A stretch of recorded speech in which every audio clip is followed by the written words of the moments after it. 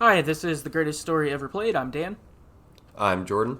And today we're going to be talking about Episode 2, A House Divided from The Walking Dead Season 2. Lots of twos there.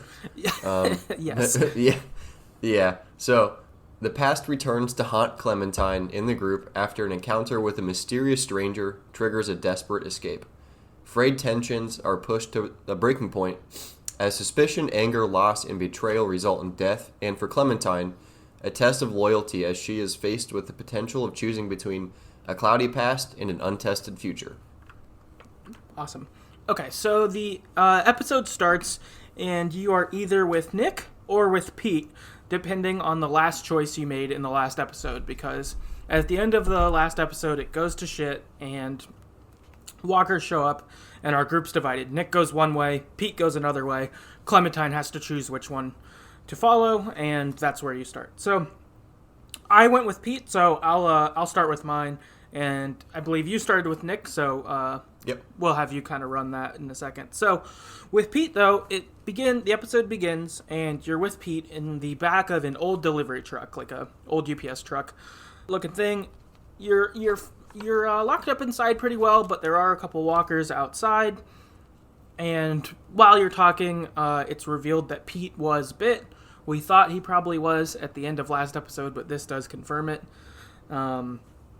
And he's concerned a little bit of like not trying to act tough, but he's like, man, you know that people will die. You just never thought it would happen to you. Is kind of his view, and he's also concerned about Nick in that like, how's Nick gonna take this? I'm his uncle. I've raised him for a long time. How will this go for him, kind of thing. And so I kind of went the route of like, Pete, we're going to get you back to Nick. You're going to say goodbye to him yourself. Like, we got this sort of thing. Like, trying to instill hope. And he was reasonably receptive to it, which was cool. He didn't, shit on it or whatever. He was in. So, in the morning, Pete and Clementine decide to try to run for it to make it back to our group and be able to say goodbye to Nick. However, once they try to run, it's clear that Pete can't. His bite on his leg has worsened. He, stumbles almost immediately. So he says, you run, go to our group, I'll distract the walkers. We say, okay, and we run off to find the group towards the cabin. You see Pete, fight one of the walkers kind of in the distance and run off. Mm-hmm. So, kind of crazy, but, you escape without Pete. So what about with Nick? What happens with him? Yeah, so with Nick, it's not really that similar, I guess. But anyway, you and Nick end up kind of hiding in this shed type thing, and there's walkers trying to get in, and you and Nick kind of both block the door, and eventually, the walkers stop trying to get in. He blocks it with some big, I think, crate or something, and then Clementine starts looking around, and you find some jars that Nick identifies as whiskey or bourbon or moonshine, whatever. Okay. Hillbillies make. I don't know. Probably moonshine. So, yeah, then you fall asleep, and Nick ends up getting super, super drunk and inadvisedly starts throwing the glass jars around the room and making a lot of noise, and Clementine kind of wakes up and is pissed at him. And you have the small option here, a small choice here, to drink with Nick or not. And being a, I don't know, 10-year-old girl, I decided not to because, one, that's probably not great for a 10-year-old, but then two, in the zombie apocalypse, you probably don't want to be drunk like Nick. Right. And then you have a conversation with Nick, and then you leave the shed to find the cabin where everyone's at, or the house. I forget which one they're in, but in my playthrough, Nick came with me, and he distracts some walkers. As Clementine, you can choose to run away or stay with Nick. And I ran away because Nick was super annoying. But, from there you end up back at the cabin. Okay, cool. So it does seem a little similar. You're held up and relate some, but it seems like with Nick it was not as good. He was just kind of being a douchebag. Yeah, I mean, he's sad, which, it makes sense that, Yeah.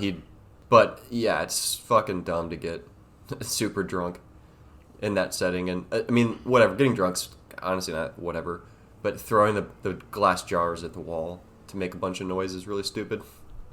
Yeah, that's true. I guess you're only making your situation worse. I guess if you like wanted to get drunk and ride it out, that's not great, but I guess it's better than getting smashed and making a bunch of noise. Yeah, because then, yeah, you can get drunk in isolation and like not have to deal with zombies. I guess that's fine. But then, yeah, if you get hammered and then bring them to you, you're like double fucked. Yeah, So. not great. Yeah. Okay, so then from here, back at the cabin, Clementine gets there. Carlos and Rebecca ask where Luke's at. And we're like, we haven't seen him. What are you talking about? And they say, oh, he went to go look for you. So, we're going to go find Luke. So Carlos and Rebecca leave to go find Luke. And we get left with Sarah, who's Carlos's daughter from last episode, and are sort of unofficially babysitting her / washing the house. Yeah. We're also like the same age as her, or maybe a little bit younger. So it's kind of a weird dynamic. Yeah, it's sort of a weird spot because it's like you're kind of in charge, but also like you want to just be friends with her and distract her so she's not worried about stuff. You talk with Sarah, it's fine, being friends. She finds a disposable camera and you take some pictures. And your kind of thought is like, for me, I think I guess it would be, I'd want to be her friend, but I also understand that like, I do need to distract her for this to all kind of work out. Like, well, or whatever. Mm-hmm. So I was pretty willing to go along with things that weren't wrong. There was a part where she found a gun shows you a gun that she found under the house, and I was like, yeah, you should put that down. Guns are dangerous. Like, Yeah. kind of Especially thing. in her hands. You're like, you're the last person that should be holding a gun. No, right, because she's not really trained for the apocalypse. Carlos has been pretty sheltering of her, like protective, and so it's like this isn't a good scene for you, kind of thing. But so after kind of talking and stuff for a little while, Sarah out the window thinks she sees Luke and runs downstairs to be like, oh, Luke's here. But as she gets closer, it's an unknown man, someone we've never seen. But Sarah seems to be recognized, sort of, and is kind of scared of him. So then we've got the option to try to like lock the door or anything, but I didn't do it. I didn't lock the door. It seemed like the guy was coming in anyway, kind of thing. So the man comes inside the house and kind of looks around and is asking questions. Sarah goes and hides, and we kind of just try to play like cover essentially for her. So, / the group. Like, he's asking questions like, how long have you been here? Have you seen this group? And like start describing some of the people in the group. And You're like, oh, this is weird. yeah, and you're like, I don't know who this guy is. And he's kind of intimidating for sure. He's like, and mysterious sort of, and just like poking around your stuff, and you're like, I just basically deflected the whole time. Yeah. Same. Like, I feel like lying is always bad, especially in a position where he's not threatening you, but like, yeah, it's clear he's not just going to leave because you want him to. So it's kind of a weird spot to be at. Right, yeah. So I didn't really lie, but I also didn't go like aggressive towards him. I was like, I don't want this guy mad at me. I don't know him. Yeah, I'm like a little girl by myself. Just bad right. news. Right. So I think, so I just kind of went with kind of deflecting things like, no, I've only been here, a few days. I'm just passing through. I just kind of wander on my own. Like, that was basically what I said. And Yeah. so far so good. He kind of paces around the house and is like being inquisitive, but not like anything finding.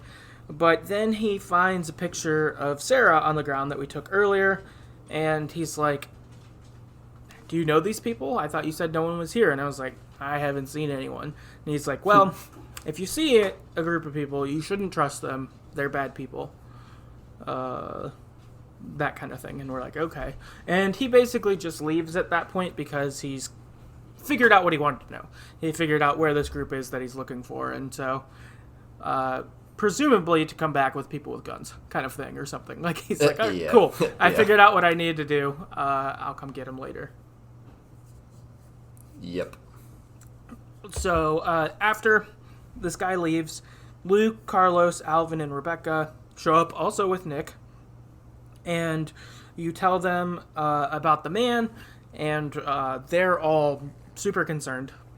And are asking you questions and potentially even getting kind of mad at you. And you're like, how did you let this happen? It's like, he was coming in anyway. I don't know this dude. Like, also, I'm 10. Like, yeah, like, bro, he could have gotten in if he wanted to, even if the door was locked. Right. Come on. Yeah, so the group kind of has a hustle and bustle about it, and Sarah reveals that the guy found a picture of her, and so the group is like, we have to go. Like, we can't stay here.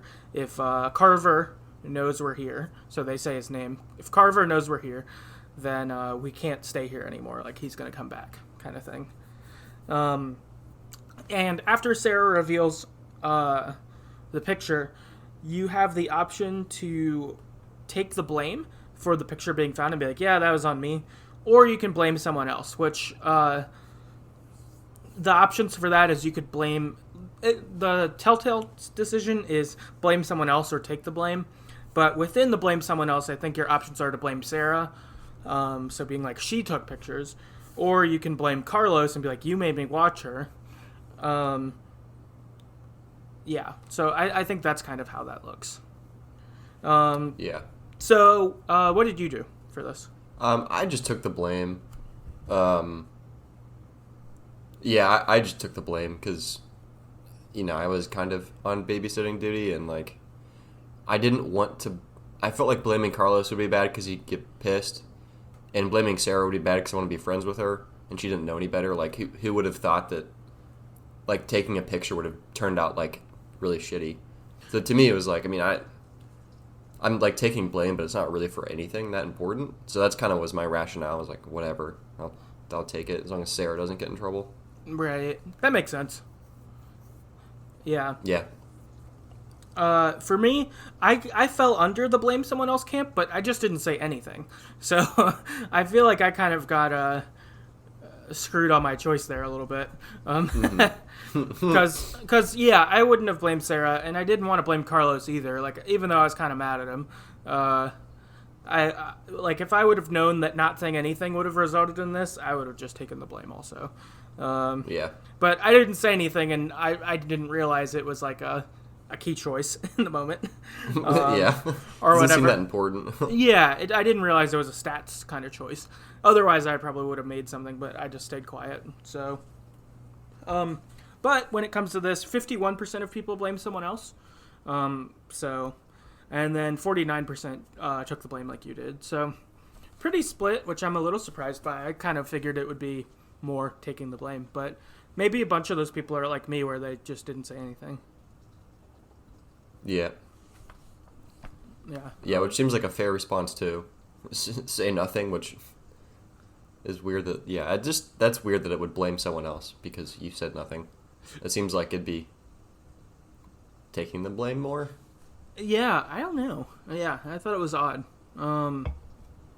Katie on Twitter said, though, I always took the fall for that, but it was Carlos's fault for coddling his daughter to the point that he needs to distract her. Fair point. Yep, I also think that's... Also, it's just a picture. Like, I don't... Whatever. Yeah. Whatever. Yeah. It seemed like Carver already knew anyway. He didn't need to, like, see the picture. It just gave him 100% confirmation, but it was like... Yeah, he would have come back anyway. Yeah, and he, like, saw people's clothes. He's like, oh, I knew a guy who wore a coat like that or whatever. So it's like, he knew before this. He was coming back anyway, but... Yeah, 100%. Chris on Twitter says Carlos, so she blamed Carlos, which is fair. Yeah. And then Tej on Twitter said, you told me to distract her, so I believe also blaming Carlos. Yep. Which makes sense. I definitely get that. Like, I think if I wonder this, because did you go more of like being Sarah's friend last episode? Yeah, I tried to be. Because there was a thing of like, oh, we're best friends, or, you could kind of play it a few ways like that. Yeah, I did friends. I went the friends route. Because Clementine should have a friend in the apocalypse, and Sarah's probably the only girl she'll find. For a while, at least. That's true. She probably won't find someone her age for a long time. So that is, yeah. I went the friend route too. Which like maybe if you didn't go the friend route, like you would like if you were like fine, I'll watch her like for Carlos kind of thing. Maybe it'd be easier to like blame her, but like you told me to distract her, but like that seems really mean to say about someone who's your friend. Yeah. like yeah. like even if you are gonna push it back in their face, that seems like it's like I'm not really friends with you. I'm just doing what I have to. Like that seems kind of mean. Yeah. So all in all, though, the group decides, yep, that was probably Carver. Let's get out of here, because he'll probably come back. On the road, they start. It doesn't seem like they have a real location they're heading to. They're just like, let's get out of here and we'll figure it out on the way. Almost. Yep, kind of just wandering, which I assume is how they got there in the first place, too. That's probably true. That's a good point. On the way, they find Pete dead, and he's got a bullet in his head, which is pretty crazy. You see that like he was eaten by walkers, but it looks like he got shot first. And we were like, that's weird. We didn't have a gun. So, a little ominous. Yeah. Yes. So it's safe to assume, at least my thought was like, it's probably Carver or those and his cronies. That's what I thought too. I was like, that's probably Carver, which is crazy. And then ultimately, after walking for a couple days, they see a large bridge that is pretty long and a lodge on top of a hill, like a ski resort, it looks like. Yeah. Yeah, it's like, it looks like one. It's like a big wooden pointed thing. Mm-hmm. Whatever. Which always, it seems like the traditional ski lodge. Yeah, it definitely does. And so they're like, oh, maybe this could be a good spot for us to post up. Maybe this is safe. And we've walked for a while. Maybe we'd be far enough away that if Carver did make it to our old cabin, that he wouldn't be able to find us here, kind of thing. Mm-hmm. So they decide, okay, well, we shouldn't all go across at once because this is a big bridge. Like, what if we get caught by walkers out there or bad people or Carver shows up or whatever? So we say, okay, cool. So Clementine and Luke cross the bridge together, and they've got to fight a couple walkers. There's a part where the bridge gives out. Yeah. Definitely, like, some tense stuff going on. But they make it through the walkers, get out of falling off the bridge. They're all good. And they're crossing towards the other side, and an unknown man shows up with a gun. A different unknown man. It's not Carver. It's some other guy. He shows up, but he seems pretty friendly. But, you know, knowing Walking Dead, there is some skepticism because, like, you know, it's not often you find good people, but you do sometimes. But he seems pretty friendly and, you know, ask us, like, hey, you know, what are your names? And we ask if he knows Carver or if he knows Krista. We'd seen Krista. I asked about Krista, but he hadn't seen Krista. But he seems friendly, and then he's like, well, you know, over right at the edge of the bridge, I've got my little spot there. I've got some food if you'd like. You know, you could come relax for a little bit kind of thing, if you like. And so friendly. Yeah, friendly and enough that we, like, I felt like I was like, okay, cool, I'll check this out. That sounds cool. Yeah, it seemed to me it was like, if you're gonna kill us, you would have done it. Yeah. Already. That was my thought, is he would have already shot us or robbed us or whatever if he was gonna. But unfortunately in this time, Nick shows up with his gun pulled out and shoots the guy in the neck because he thought that the guy was gonna hurt us. So the guy gets shot in the neck and then just falls off the bridge. Dead. And we get to confront Nick here and be kind of like, dude, what the fuck? He was going to help us. I didn't go, like, full harsh on him because it was over, but I was just like, dude, what the fuck? He was going to help us, man. I went pretty harsh. I was pretty pissed.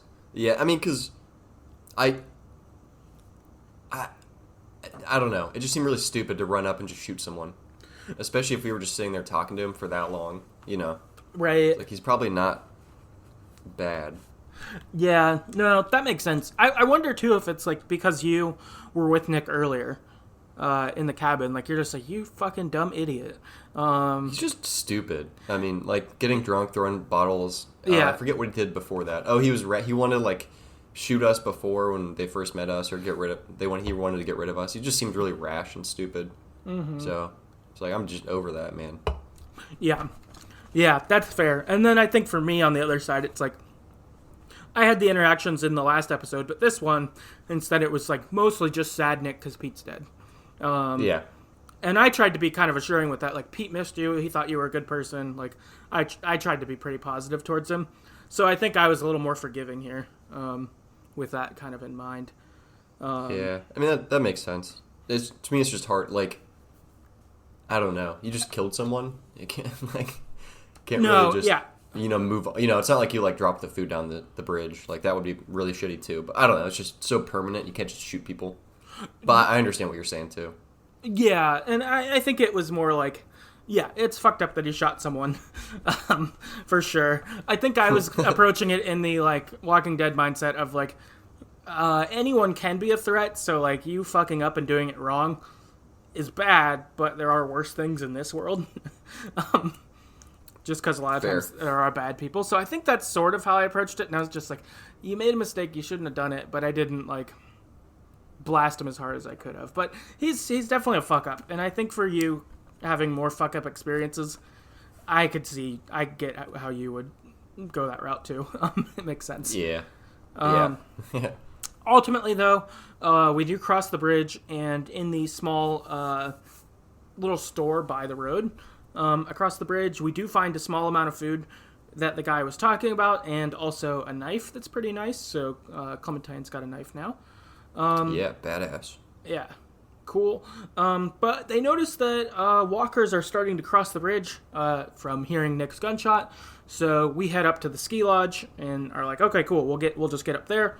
Maybe we'll be far enough away that the walkers won't hear us or see us or whatever. Once we get to the ski lodge, we notice it's fortified pretty well. It's like, it looks like it was boarded up for winter kind of thing.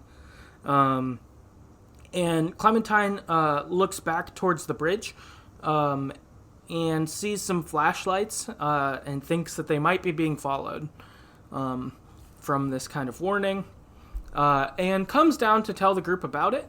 And they come down, and the group is in confrontation with another group. People are yelling at each other, and we realize that the other group is led by Kenny from freaking the boy, dude. Yeah, the boy Kenny is back. Which is exciting. You get to hug and reunite. It's super nice.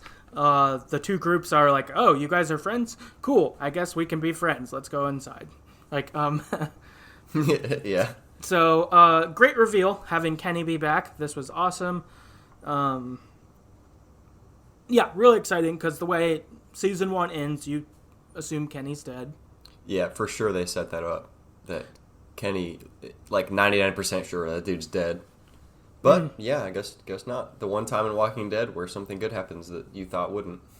Yeah, getting him back was really great. Getting reunited. After this, we go inside the lodge with Luke's group. Inside, we catch up with Kenny for a little while. He tells us that he thought he was done for in Atlanta also. We tell him about what happened with Lee, and he talks positively about Lee and is like, Lee was a good guy, kind of thing. We also tell him we were with Krista and Omid for a while, and then just Krista for a while.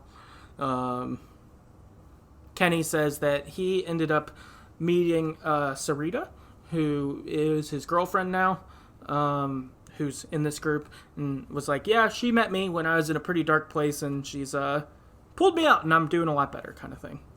Yeah, that's good.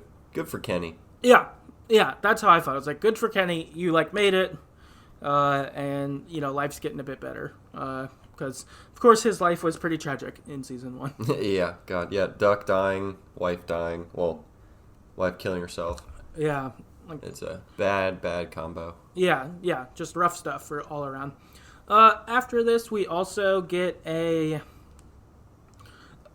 would say like a nice kind of moment with Sarita and Sarah, which is decorating a Christmas tree. So that felt kind of like a nice calm or whatever in the episode, and for them all to get to do something that was normal before.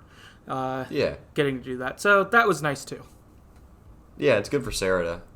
I mean, it's good for Carlos and Sarah because Carlos wants her distracted. Like, there you go. There's a fun distraction for you. Yeah, totally. 100%. Cool. And then after this is the next decision, more major decision.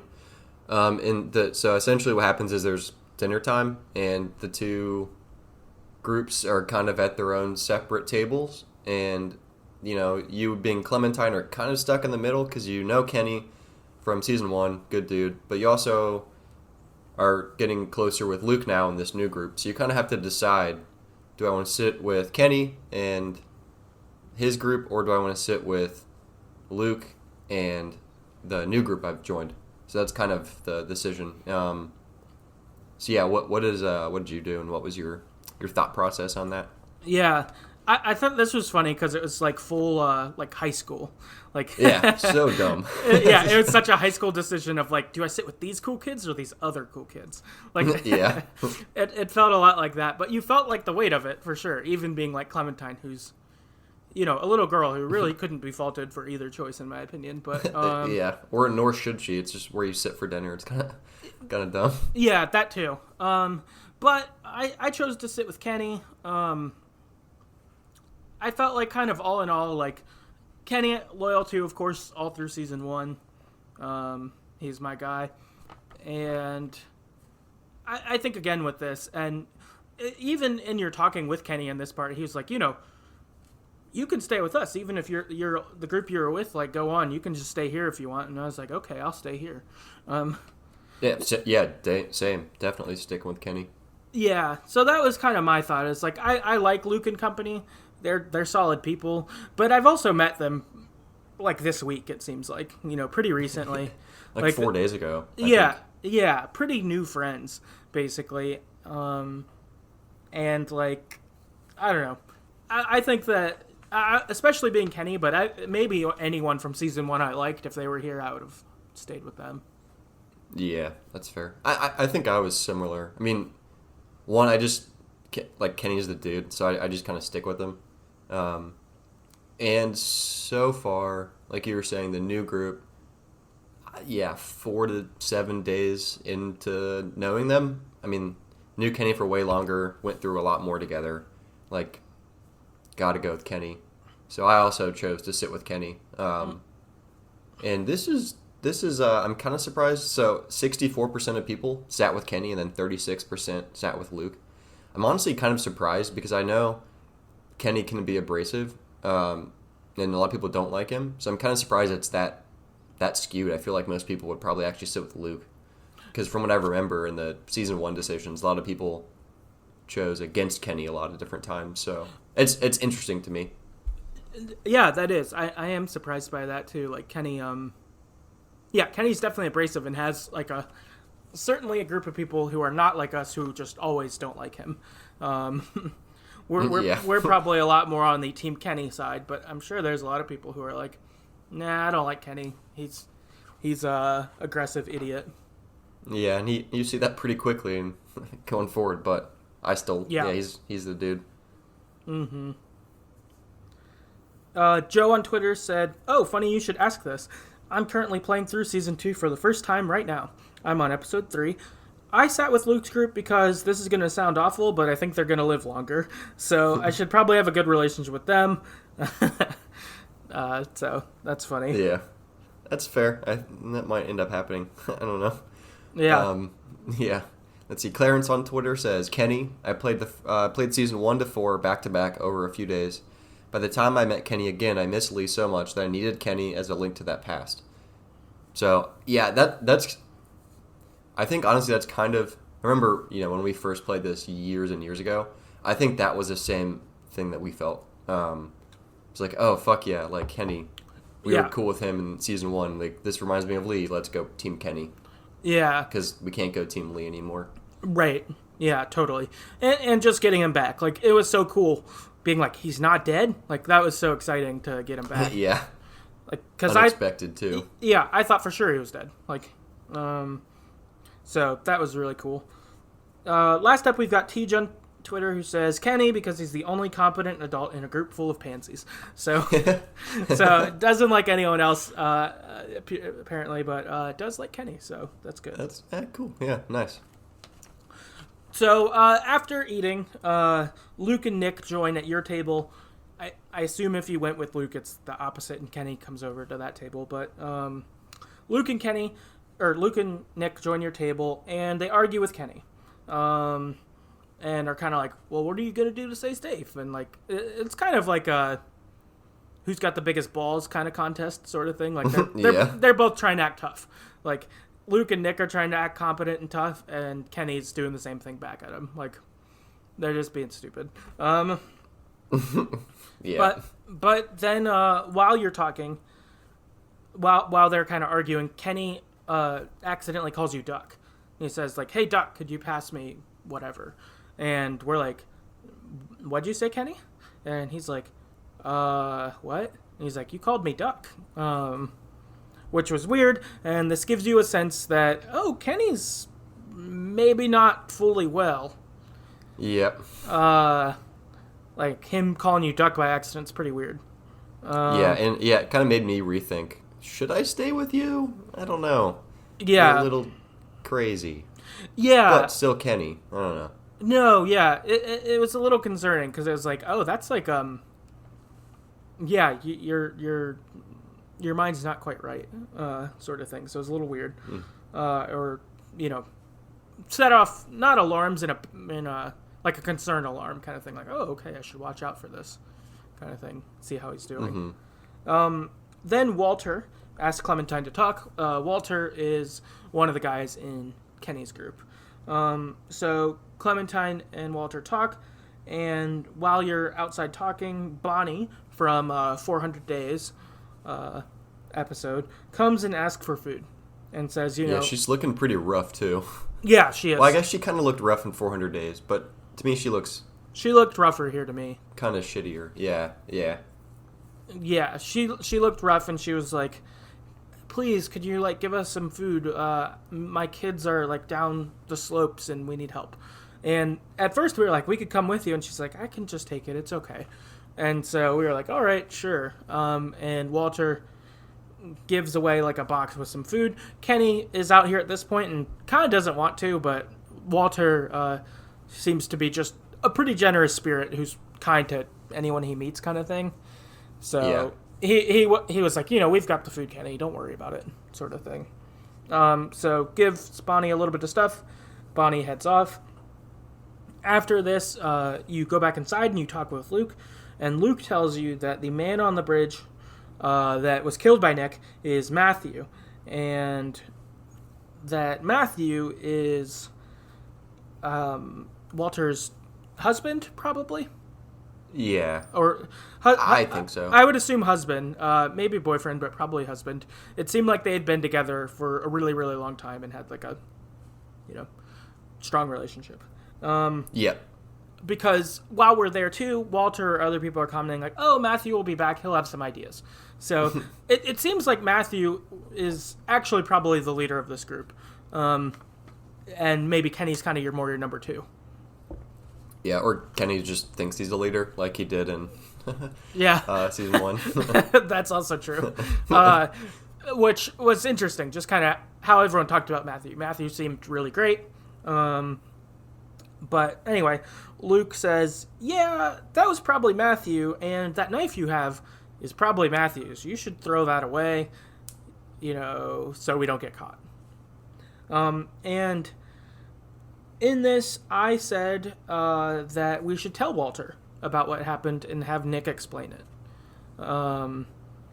I think my thought enlarged for this was for both, if our group is going to be like reconciled and like have to be a group after this together, this needs to be dealt with. And it would probably be good for Nick too, that he could, own it and move forward or whatever. Yeah, I agree. I said the same thing. It also just felt weird to me to like, let's just hide this. Like, Matthew never died. It seems pretty cruel. Yeah. So, yeah, especially because people are nice. It's kind of like, yeah, you can't do that. If Walter wants to kill Nick, don't overly care. But Yeah, and not that like I want Nick to die, or that if Nick was a character I liked more even, I think I'd still do it. Like it's like we've got to to have our group function. This needs to be dealt with, however it is, kind of thing.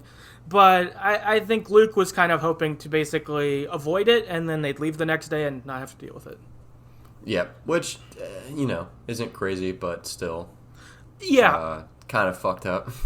yeah, I get how he would want to do that, but yeah, I think it's kind of fucked up.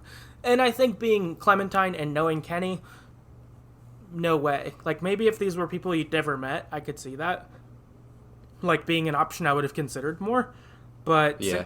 Like if it was like, I've never met these people, I'm not staying here, we're leaving tomorrow, I could maybe see it. I think I'd still want to tell the truth, but I could see debating it more.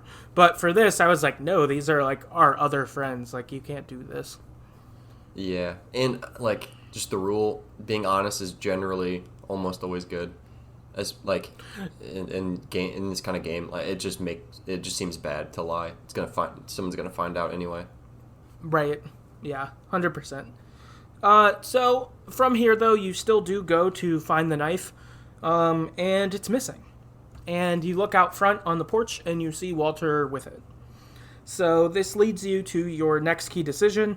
You go outside to talk to Walter.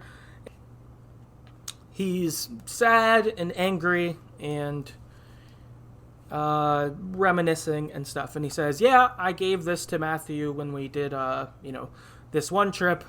Talks about how strong their relationship was and how much Matthew meant to him and stuff. And you're like, fuck, this is rough. And he's like, he's probably dead, kind of thing. And so you have the option at this point to either tell the truth, or you can lie to Matthew and be like, oh, I just found this on the road or something. So it looks like we both decided to tell the truth, which 56% of people did, but 44% of people lied about Matthew. So I guess we already kind of talked about it, but why did you tell the truth? It just seems bad to lie. I felt bad for Walter. Also, like I think, like you said, I didn't want Nick to die, but like also, like, dude, fuck you, Nick. You shouldn't have killed this dude. I'm not gonna cover your back for it. Right. Yeah. So that was mainly I just felt bad for Walter. Yeah. Same. Yeah. I just told the truth and kind of went with same thing. I felt like I got to have my pre-decision basically in that conversation with Luke, and then here I just was like, yeah, I'm gonna do that. Jennifer on Twitter says that she did tell the truth. I was apparently a lot more honorable in season 2 than I have been in season 3. So, I'm guessing season 3 shit's getting crazy for her. So that's fun. Yeah, fair. Logan on Twitter says yes. So he did tell the truth, like us. Nice. Cool. So from here, as we're having this conversation, Nick strolls out into the conversation, and can explain himself further. I think in this conversation too, where we tell the truth about what happened, Walter asked us if Nick is a good person or not, and I said he was. I was because he was like, is he an asshole like everyone else, kind of thing, and who doesn't care about anyone? And I was like, that's not him. He is a good person. He's a fuck up, but he's not like evil or like out for himself. Yeah, and I felt similarly. I definitely don't like Nick, and I don't care if he gets killed or not, but he's not a bad person per se. He's just stupid. So I think I went the same route. It's like, I'm not gonna sit here and trash this dude, but he is just idiotic. I don't know. Yeah, so that was kind of the route I went. And so Nick comes out though in this, and Walter's like, Clementine told me what happened. Nick's like, yeah, I'm sorry. Like, he, that sort of thing. So it's a little tense, but it's it didn't like evolve into a fist fight or something. Like, it's a little tense, but we're interrupted because the windmill nearby is spinning really, really fast. So they've got a windmill that does solar power for the ski lodge, but the wind picks up. There's like a storm coming in, and it's going really, really fast. And so the like voom, voom, voom is really loud and is attracting walkers from all around, or can. So we're like, oh fuck, we got to turn this off so that we don't bring, all the walkers for miles into where we are. Yeah. So we do turn it off, but it does draw a fair amount of walkers near. And we have to fight some walkers. It's a pretty crazy melee going on. You see probably all of your characters get a couple kill shots in, kind of thing. It's pretty crazy. You hide under a picnic table and stab a zombie in the head when it's coming to get you. It's pretty fucking wild. Mm-hmm. Yeah, there's a lot of quick time events here for sure. Yeah, there is. Also in this is, I guess, a implied decision, basically. Yeah. So essentially, Nick gets cornered by walkers, or he needs help essentially. And Walter is the only one that can do it, shoot the walkers off him or whatever. So either it depends on what you told Walter earlier, if Nick's good or not. That you would, I guess, convince him to save him or not. So it looks like both of us, because we didn't shit on Nick to Walter, we both convinced Walter to forgive Nick and, save his life, essentially. So 56% of people were in that same boat. And then 44%, I guess, told Walter that Nick sucked, so he let him die. Yeah. So when Nick's getting trapped here, Walter just shoots the walker off of him, but if he doesn't, then Walter just walks away and lets Nick get eaten. So yeah, pretty savage. yeah, pretty wild. Chris on Twitter said that Walter shot the walker for Nick, so same as us. Yeah. So from here, the mayhem's going and our group's getting ready to run inside. We fought who we can outside, we've got to all make it inside, and on the way in, Carver, Bonnie, and two other guys show up with AK-47s and just blast the rest of the walkers. Just mow them all down, and they capture most of our group. They capture a lot of our group. Kenny and Luke are outside somewhere. They're not captured. And then we are on the top floor of the ski lodge with Alvin and Rebecca hiding up there. And Carver starts beating the shit out of Carlos to get the rest of the group to come out and surrender. Yeah, pretty savage. Yeah, he is breaking his finger, punching him in the face. He's fucking him up pretty good. Which leads us to our last decision, which is we can sneak off here to go find Kenny, or we can surrender. I chose to surrender. What did you do? Yeah, I did the same thing. It seemed to me it's just I couldn't see it getting any better. He's gonna keep torturing Carlos and maybe move on to someone else. I'm just gonna pull the plug on this. Yeah, that was my thought too. I was I don't know that finding Kenny will do much for us, kind of thing. We've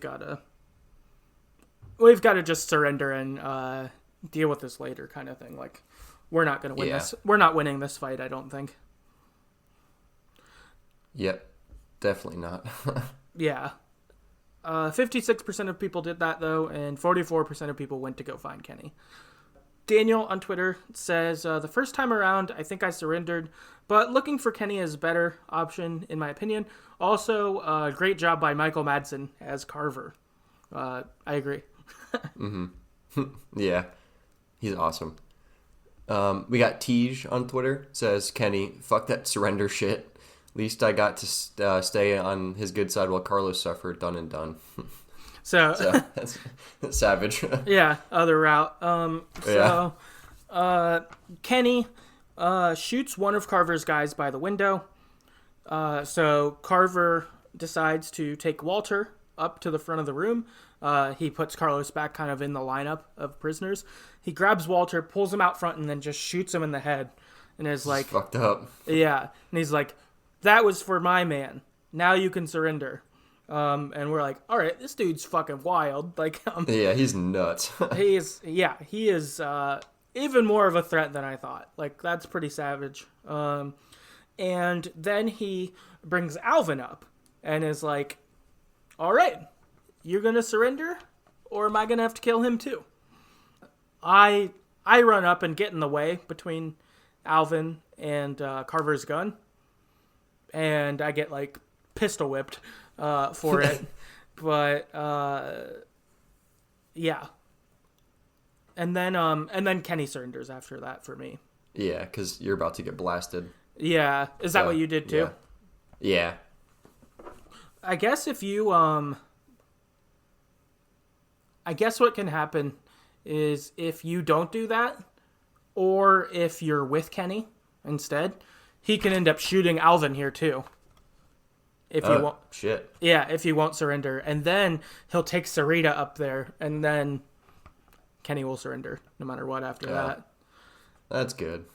Yeah, but so that's pretty crazy that you can it's pretty crazy that you could have Alvin and Nick both be dead in this episode, like depending on how things go, which is kind of wild. Mm-hmm. From that group. But Kenny surrenders, and Carver just assumes that Luke ran off. He's like, well, Luke he was always out for himself anyway, so I'll take the rest of you back as my prisoners, kind of thing. From here, our surrendered group heads back to Carver's camp, and the episode ends. Boom. Yeah. So, general thoughts. Do you have any other kind of thoughts on this episode? Yeah, I think it's I'm definitely like a ride or die with Kenny, whatever. But even so early on, like Kenny versus Luke, it's still pretty difficult. It's like Luke's really warm, he's friendly, he's like one of the guys that vouched for us when we met this new group. So it was slightly difficult, I think, to choose against Luke, especially because they made it so dramatic. I don't think that'd be an actual decision you'd have to make in real life, but it was still pretty difficult in the game. Yeah, I thought so too. It was like you trying to kind of balance your new friends and your old friends or whatever kind of thing. And I thought they did a pretty good job of it. It was hard to... Because I do like Luke. Like, getting to this stuff, I was like, well, if I have to choose... Because I think that... I don't remember if this is exactly how it went, but I feel like when we first played the first game back in the day, we were like, okay, cool. We're Lee. All right, Clementine's number one priority. Kenny's 2, and then everyone else, like, we'll filter as we can, but our allegiances kind of tend this way. And for this one, I think that I remember being like, okay, we're Team Luke, but then Kenny shows up and we're like, all right, I guess we're Team Kenny, then maybe Team Luke, and then everyone else. Like, but they were putting Kenny versus Luke kind of to each other, so that was sort of a hard thing to reconcile. Yeah. Yep, I agree. Yeah, they really forced you. I think they set that up well. They made you kind of like Luke, and then they throw you someone from the last game. And they're like, all right, pick one. It's like, fuck. Mm-hmm. Why? Yeah. I guess in a related manner, I forgot that we met up with Kenny so soon. So, as we mentioned, we have played this back in the day, but I'd forgotten. I was like, oh, maybe it's like halfway through the season. I thought it was maybe like end of episode 3 or something. And so I was surprised to see him so soon. And I was like, oh, wow, he's in this pretty fast. Yeah. I did remember him. Oh, sorry. I remember the ski lodge and Kenny, but that was like, I didn't know what episode that was. So yeah, I was pretty surprised too. Yeah, I remembered ski lodge and Kenny too. And so once like the ski lodge happened, once it was like, oh, we're going to the ski lodge, I was like, okay, we probably meet him this episode then. But even then, I kind of thought we might meet him at the very end of it and then it would be over. But instead, we meet him and there's still like half an episode, 2/3 an episode left. So that was kind of cool. I didn't expect that. And I guess on a similar vein, I'd forgotten a lot about this episode. And so a lot of it felt pretty new. Like, I I forgot about Walter entirely. I remember Matthew. Yeah. I remember Matthew getting shot off the bridge, but I didn't even remember who he was. I was like, this guy gets shot in the neck, doesn't he? Like when I met, You remember? Yep, you're right. I remembered that happened, but I didn't remember any context around it. You know, or even like the other stuff with people. Like I didn't remember Bonnie showed up here or something, like any of that kind of stuff. I was like, I just remembered Kenny at the ski lodge and a guy got shot in the neck, but everything else felt pretty new, which is kind of cool that, like, for a game played, it still felt sort of new, which was fun. Yeah. Yeah, I think I'm in the same boat. I think it's the game I remember the least of the Walking Dead's. Mm-hmm. So yeah, it definitely felt like I didn't remember a lot of this stuff either. It's kind of exciting. It's fun. Like it's like, oh shit, this thing and that thing, and it's enjoyable. Yeah, like I was thinking that like there'll be no spoilers here, but I was thinking that like I probably remember a couple like key story beats or moments over the next few episodes, but that's about it. Like a lot of the details will probably feel pretty new, and I imagine the same thing would be true for season 3. Also, like, all right, I remember a couple like big things, but I bet there'll be a lot that I don't remember whenever we play those someday. Mm-hmm. You know? Yeah. Oh, yeah, same.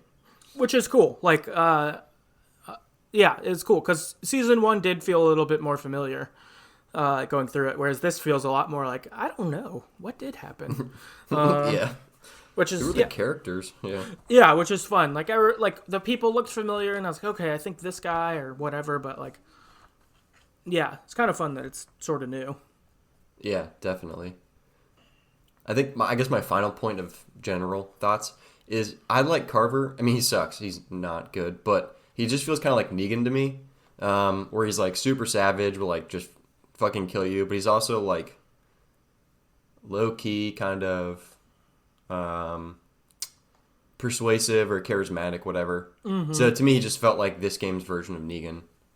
Less like powerful, whatever, but similar feels, vibes. Yeah, no, definitely. I wonder if like I don't know the timelines for like when Walking Dead was being released. I wonder if Negan was a character in the comics when this came out as a game or not. Like if it had gone far enough. I feel like that would be an interesting thing to know.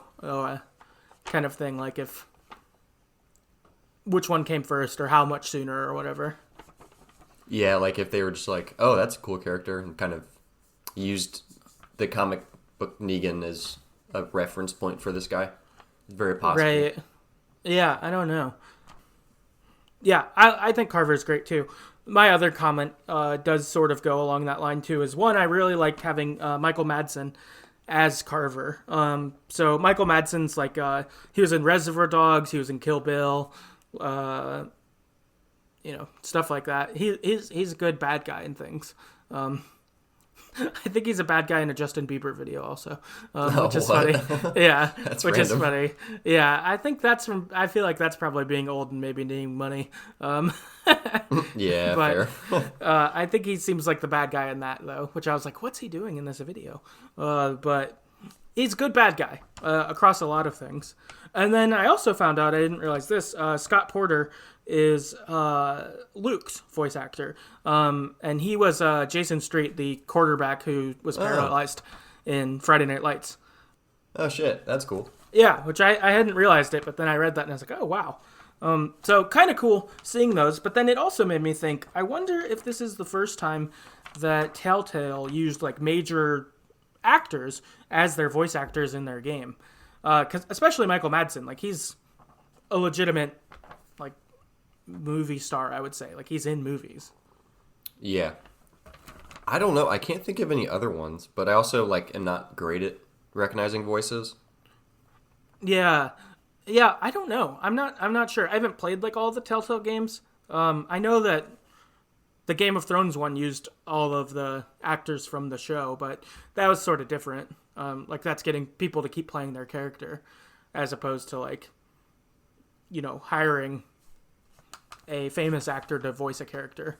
Like it's not like having Norman Reedus be the guy in Death Stranding or whatever. Yeah, that's a little more extreme, I think. Yeah, Yeah, that's like way bigger kind of thing. So, I don't know. I'm not sure. Obviously, video games have used big actors in games plenty of times, but yeah. But yeah, kind of cool, though, to have, bigger actors in the game and providing some voices. Yeah, definitely cool. Cool. I guess last up, a little bit of listener feedback. First up, we've got Daniel on Twitter who says, looking back, this might be my favorite episode of the whole franchise. Carver, Clementine, Kenny's return, other great characters. Sarah wasn't too annoying.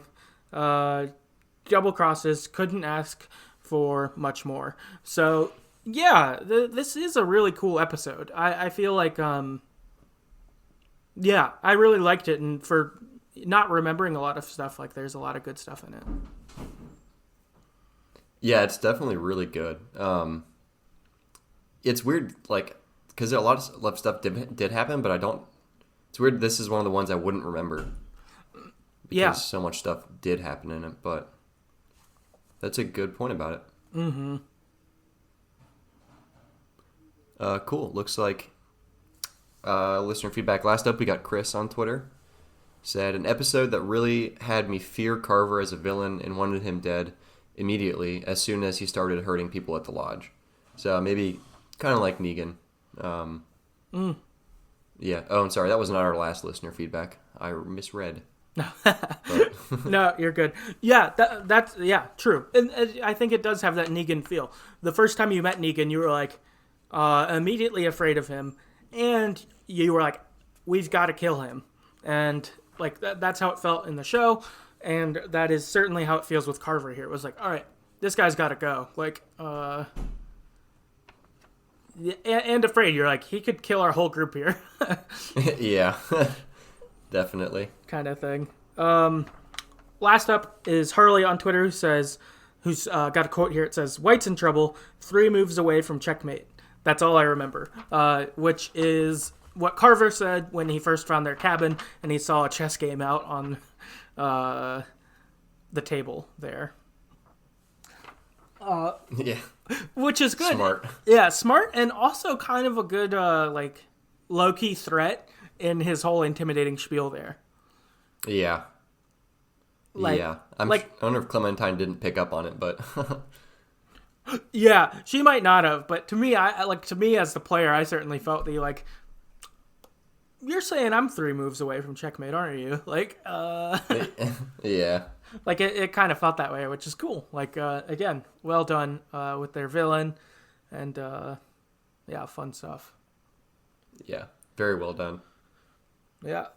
Cool. Well, that is our episode. So if you've got any other thoughts on Walking Dead Season 2, definitely send them our way. We'd love to keep talking about it. You can go on Twitter at StoryEverPod and engage with us on there.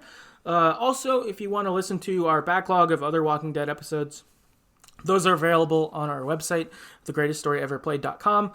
We've reviewed Season 1 and also the final season, and we're making our way to the final season again, I guess, with this. So, yeah. But yeah, there's those, also a bunch of other games, so feel free to check that out.